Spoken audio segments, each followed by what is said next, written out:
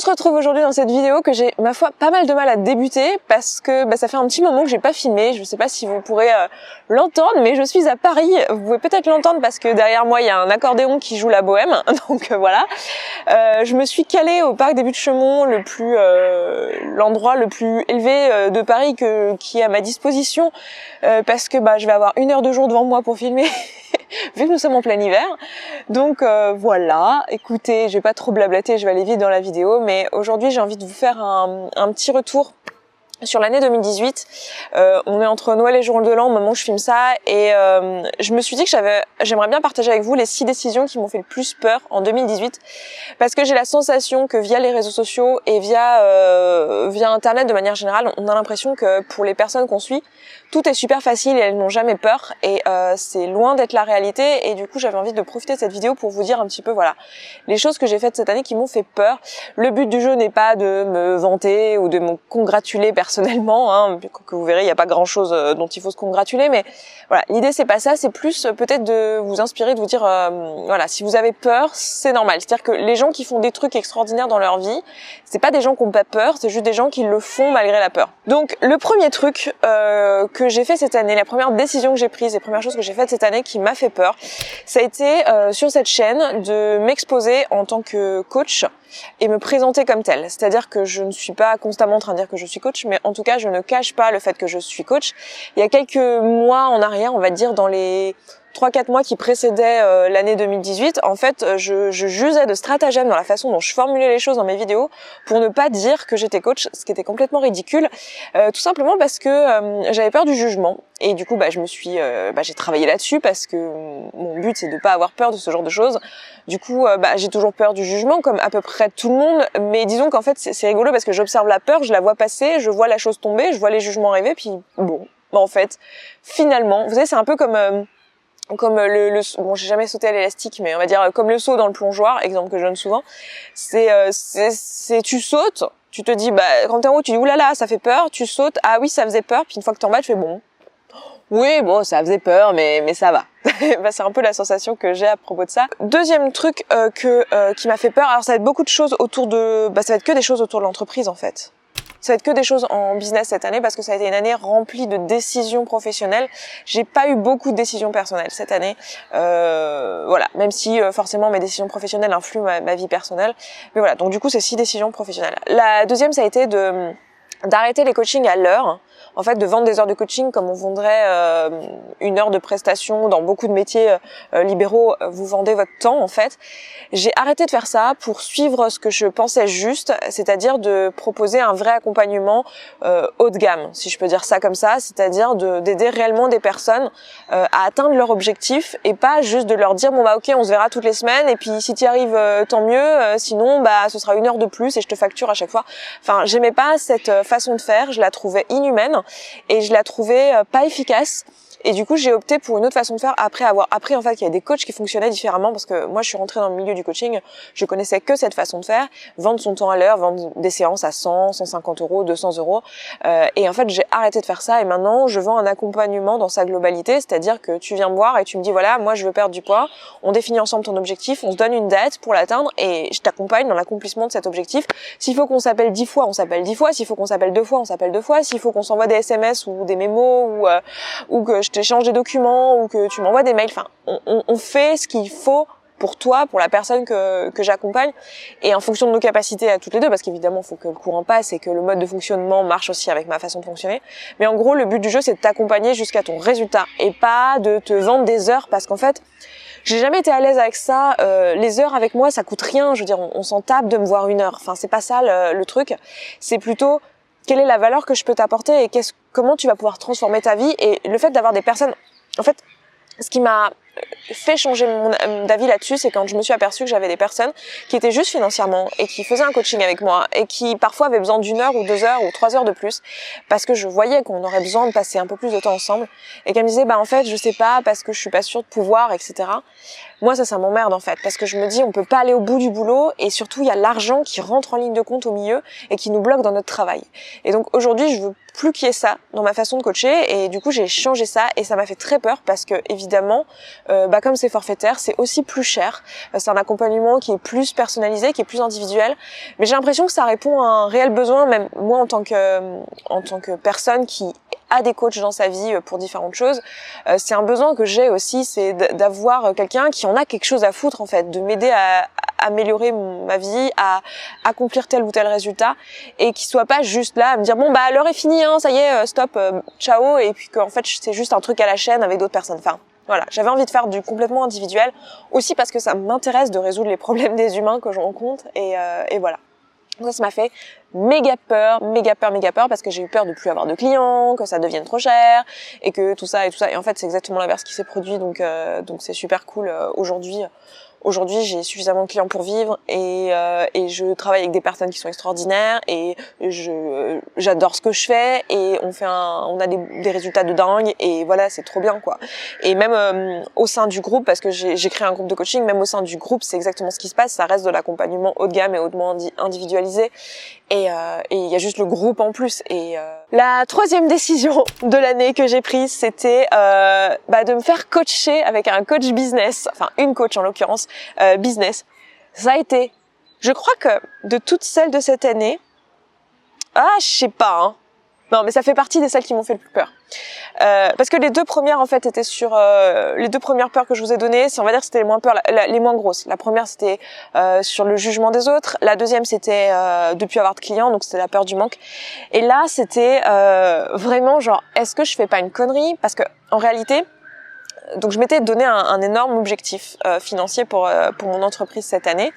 Je m'étais donné un objectif qui me paraissait complètement inatteignable et complètement fou, que j'ai finalement atteint, mais je vous en parlerai dans une prochaine vidéo. Et en fait, à 6 mois de l'année, j'avais fait 1/10 de cet objectif. Et du coup, j'étais même à peu près quoi. Et du coup j'étais un petit peu en galère quoi. J'étais bon, si je veux vraiment atteindre cet objectif, faut que je m'en donne les moyens, et je voyais bien que j'avais plein de blocages notamment sur l'argent, sur mes croyances à propos de l'argent en fait. J'ai comme vous grandi dans une société française hein, et donc l'argent c'est un truc genre si tu gagnes beaucoup, t'es un gros connard, capitalisme, libéralisme et tout ça, j'avais un jugement très négatif par rapport à l'argent, et en même temps j'en avais besoin pour vivre, et en même temps j'avais des objectifs pour la suite parce que j'ai envie de faire des grandes choses. J'ai des objectifs d'entreprise, j'ai des objectifs pour ma mère, j'ai des objectifs pour moi, j'ai des objectifs pour mon conjoint, j'ai des objectifs pour mon copain, parce que quand je dis conjoint on croit qu'on est mariés, mais pour mon copain, j'ai des objectifs de vie, j'ai envie de faire des choses dans ma vie qui demandent de l'argent, et j'ai envie de le gagner cet argent avec mon travail, et voilà. Mais j'avais cette espèce de croyances négatives à propos de l'argent, plus ce truc un peu, ce syndrome de la sauveuse qui me disait oui mais tout le monde devrait pouvoir avoir le coaching, ça devrait être gratuit, et nanana, ce qui est en pratique absolument pas possible, d'autant plus que en réalité tout le contenu que je fais est gratuit et disponible partout, donc en fait ça je le faisais déjà, bref. Et donc ça m'a fait super peur parce que ça représentait un investissement. J'ai pris une coach qui m'a coûté 10 500 €. Et ça représente l'investissement de à peu près tout ce que j'avais gagné en chiffre d'affaires, donc pas du tout en bénéfice, hein, mais en chiffre d'affaires dans mon entreprise depuis le début de l'année. Autant vous dire que j'avais les chocottes, que j'avais la flip à mort, mais finalement je l'ai fait, et j'ai bien fait parce que ça a été un investissement, ça a été certainement le meilleur investissement que j'ai fait jusqu'à maintenant sur mon entreprise, donc voilà. Quatrième peur cette année, quatrième chose où je me suis vraiment fait flipper, désolée si je ressemble à un fantôme, je gère pas trop la lumière là, je sais pas trop, je connais pas trop ce setup, donc je fais un peu au feeling. Ça a été de de m'inscrire à la certification de coach de Brooke Castillo. Je vous ai énormément parlé de Brooke Castillo, et en fait, elle a une certification au sein de son école qui s'appelle The Life Coach School, et cette certification coûte 18 000 $.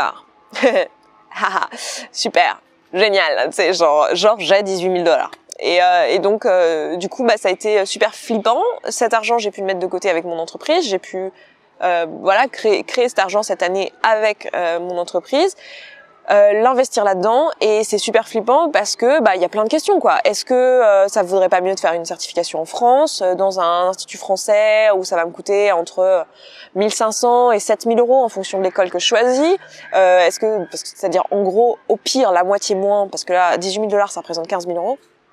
Donc voilà, est-ce que ça serait pas mieux de faire ça? Est-ce que ce diplôme que je vais avoir, enfin cette certification qui représente un niveau master, est-ce qu'elle va être validée en France? Enfin ces masters de toute façon, là-bas, ils utilisent le mot master pour plein de choses, donc en fait, ça, en France, ça vaut probablement pas grand-chose. Mais genre, est-ce que voilà, puis finalement, oui, mais en fait, je fais pas ça du tout parce que j'ai besoin d'un diplôme, parce qu'en réalité, les outils, je les ai. Mais la seule personne qui m'a vraiment enseigné des outils que j'utilise aujourd'hui dans mes coachings et qui vraiment me donne des résultats extraordinaires, c'est l'essentiel vient du travail de Brooke Castillo. Hein. Il y a quelques trucs que j'ai chopés à droite à gauche dans d'autres formations que j'ai pu faire en coaching, mais en réalité, c'est elle qui m'a appris le cœur de la façon dont je travaille aujourd'hui avec les personnes avec qui je travaille en coaching. Et du coup voilà, j'étais vraiment, enfin, plein de questions, comme vous pouvez l'imaginer. Je pense que n'importe qui est en reconversion professionnelle, qui à un moment donné a investi dans une formation, vous connaissez de quoi je parle. Et c'était exactement ça. Et aussi, c'est une formation qui est extrêmement demandeuse en temps, qui est pas dans ma langue maternelle, voilà, qui est dans une autre culture et tout, du coup. Voilà, grosse décision qui m'a fait très peur, aussi pour l'engagement financier. Donc voilà, mais je suis très contente de l'avoir fait. Et puis bah écoutez, je vous en dirai des nouvelles parce qu'en réalité, je vais être certifiée du coup fin septembre l'année prochaine. Donc enfin en 2019 quoi. Je sais pas trop à quel moment je vais publier ça, donc ce sera peut-être encore en 2018, peut-être en 2019. Donc voilà, mais voilà, j'ai super hâte, mais ça m'a fait bien peur comme décision. Et ça a cogité un bon moment dans ma tête avant de décider de le faire, de la faire. Ça faisait un petit moment que j'y réfléchissais. Ensuite, la 5e décision de cette année qui m'a fait très peur, ça a été de quitter mon poste de chercheuse. Je vous l'ai dit dans de précédentes vidéos, j'ai pas fait une grande annonce et tout, mais je l'ai dit dans de précédentes vidéos, notamment, je crois, dans un marché parlé. J'ai dû faire référence quelques fois, peut-être dans la FAQ notamment. Mais j'ai quitté mon poste de chercheuse à la rentrée là, donc j'ai déposé ma démission en juillet et donc en juillet je me suis dit allez meuf t'y vas là maintenant, tu prends une coach et c'est parti hop on bosse et voilà et donc j'ai posé ma dème et du coup j'ai terminé, enfin je suis partie fin septembre et ça a été une décision extrêmement flippante parce que je venais de me revenir en recherche, parce que socialement. Là encore, c'était plus une histoire de regard des autres, c'était socialement, qu'est-ce que les gens autour de moi allaient penser, les membres de ma famille et tout, parce que bon, la recherche, enfin, en gros, faut voir un petit peu, hein, mais je pense que vous voyez ce que je veux dire, parce qu'on vit dans la même société, mais t'as le choix entre, t'as un doctorat en astrophysique et tu peux être chercheur en astrophysique, et t'as pas de diplôme dans le domaine, mais tu peux être coach de vie. Socialement, autant vous dire qu'il y en a un, c'est genre super élevé socialement, genre ta famille et tout qui s'accroche au diplôme, ils trouvent ça, ils sont là waouh, c'est génial, c'est trop fort et tout, alors que moi c'est pas du tout comme ça que je le vis, hein, c'est pas du tout comme ça que je le ressens, mais de l'extérieur c'est ça qui est ressenti. T'as le choix entre ça ou coach qui, pour la plupart des gens, soit ne dit absolument rien, soit dit quelque chose qui s'apparente à du charlatanisme. Donc c'est là, t'es charlatan ou tête, ou t'es une tête, quoi. T'as le choix. Donc socialement, autant vous dire que le choix était pas évident. Après, à partir du moment où j'ai juste suivi ce que je pensais vraiment de mon cœur et ce que j'avais vraiment envie de faire et ce que j'avais vraiment envie de créer dans ma vie et dans ce monde de manière générale, c'était une évidence que je suis faite pour faire ça. Et comme je vous ai déjà dit dans d'autres vidéos, hein, mon but dans ma vie, c'est pas d'être juste coach. Je me considère pas comme une coach, enfin, si je suis coach en pratique, mais je me considère comme une entrepreneuse dans le sens où j'ai plein de choses, je fais plein de projets et ça me correspond en fait. Et sixième chose qui m'a fait extrêmement peur, sixième décision qui m'a fait extrêmement peur cette année, c'est que j'ai décidé, pour la même raison que celle que je vous ai donnée en début, qui était de choisir de faire des coachings haut de gamme, j'ai décidé d'arrêter les programmes en ligne, en tout cas tels qu'ils sont actuellement. C'est-à-dire que tous mes programmes où il y a un suivi, donc connaissance de soi et le programme manger pour se nourrir et non pas pour se fuir, ces deux programmes-là vont disparaître le 15 janvier. Donc si vous n'êtes pas encore inscrit et que vous voulez y inscrire, allez-y. Si vous étiez déjà inscrit, vous en faites pas, votre accès ne sera pas supprimé, votre accès il est à vie. Par contre, il n'y aura pas de nouvelles personnes qui pourront accéder au programme. Donc si vous voulez accéder au programme, vous pouvez, c'est d'excellents programmes, ils sont très bons, il n'y a pas de souci là-dessus. C'est juste que je me suis rendu compte que c'était assez difficile de faire ce genre de travail tout seul en fait, sans être accompagné, et c'est bien normal, c'est un travail d'auto-coaching, et en fait C'est important d'être suivi. J'avais proposé un accompagnement par email et en fait je me suis aperçue cette année que l'email c'était pas ce qui me correspondait le mieux parce que je suis meilleure à l'oral, parce que je fonctionne mieux comme ça. Du coup, je fais pas un bon travail de cette manière-là. Alors certainement assez bon pour les personnes avec qui j'ai travaillé, mais moi j'estime que je ne fais pas un assez bon travail et que je peux faire mieux. Donc j'ai envie d'être là où je serai la meilleure, juste parce que voilà, c'est comme ça que je fonctionne. Du coup, je supprime les programmes et en fait à la place, ce que j'ai fait, c'est que j'ai créé un abonnement qui s'appelle La Communauté. C'est un abonnement pas cher du tout, qui est à 19 € par mois et qui est ouvert. Donc si vous voulez vous inscrire, vous pouvez. Ça commence le 1er janvier, mais les inscriptions sont ouvertes maintenant. Les premiers, en fait, ça commence le 31 parce que le 31 est un lundi. Du coup, c'est plus pratique de faire comme ça. Vous avez compris, ça commence quoi. Vous pouvez vous inscrire dès maintenant. C'est un abonnement à 19 € par mois que vous pouvez arrêter quand vous voulez si vous y trouvez pas de valeur. J'aurais tendance à vous dire de vous engager envers vous-même pour au moins rester 6 mois, voire 1 an, parce que l'auto-coaching c'est un travail qui prend du temps avant de voir une évolution sur soi en fait. C'est un travail de fond en fait, et c'est pas un travail qui est immédiat. Le principe, en gros, l'idée c'est que tous les jours vous aurez un audio, un petit podcast de ma part qui s'appelle Le Mot du Jour où je vais vous accompagner dans votre travail d'auto-coaching. Chaque semaine, je vous donne une planche d'exercice qui est en fait une suggestion d'exercice d'écriture à faire dans la semaine, basée sur tout ce que je vous enseigne dans le podcast et dans la chaîne. Donc il y a rien de nouveau, c'est des choses que vous connaissez et que vous pourriez faire tout seul. Sauf que là, vous êtes accompagné et guidé, et surtout je suis là pour vous soutenir pour pas que vous vous lâchiez en fait. Et tous les mois vous aurez un live dans la communauté où je vais pouvoir répondre à vos questions en direct, parce que vous l'avez compris, moi par email, par message et tout, je suis pas la meilleure personne pour ça, je suis pas hyper à l'aise à l'écrit, donc je préfère vous répondre de visu et vous expliquer les choses avec mes mots, c'est mieux pour moi. Je répondrai aussi dans les mots du jour régulièrement s'il y a des questions qui sont soulevées, qui sont récurrentes, j'y répondrai dans les mots du jour. En gros, l'idée c'est d'évoluer, de grandir ensemble. Vous aurez aussi la communauté elle-même qui est là, donc les autres personnes qui participent avec vous, avec qui vous pourrez échanger. Et le but c'est de vous aider si actuellement en fait vous êtes dans une période où finalement vous savez pas trop, vous avez envie de faire ce travail sur vous avez envie de mieux vous connaître, vous avez envie d'avoir une meilleure relation avec vous-même, vous voulez gagner confiance en vous, vous voulez, je sais pas, peut-être trouver votre voie professionnelle, peut-être améliorer vos relations avec vos enfants, votre conjoint, votre copain, votre mère, enfin voilà. Mais il y a rien de bien défini dans le sens où vous n'avez pas un objectif précis sur lequel vous êtes prêt à vous engager sur un coaching avec moi où je vais vous booster et être à donf avec vous pour que vous ayez votre résultat. Vous n'êtes pas dans cette démarche-là parce que vous savez pas vraiment vers quoi aller. Si vous avez juste envie d'améliorer votre vie sur différents aspects, de faire le point, d'apprendre à mieux vous connaître et de vraiment entamer ce travail-là qui est un travail de fond que de toute façon je vous recommande de garder à vie, la communauté c'est parfait. C'est vraiment pour ça que je l'ai pensé et c'est pour ça aussi qu'elle est accessible financièrement. C'est parce que voilà, je compte sur le fait que vous serez nombreux à venir. J'espère que tous ceux qui regardaient cette chaîne, là, toutes les personnes que vous êtes, qui vous êtes dit une fois dans votre vie, cette nana, elle m'apporte des trucs, c'est intéressant ce qu'elle dit, j'ai envie de mettre en application les choses et que vous ne l'avez pas fait. Vous, vraiment, j'ai envie que vous rejoigniez la communauté.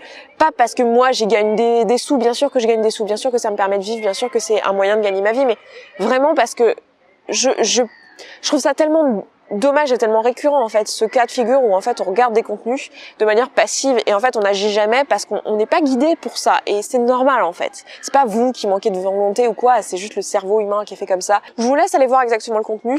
Et donc, c'est une décision qui m'a fait super peur parce que, je passe de programmes qui coûtaient 300 € à un abonnement qui coûte 19 €.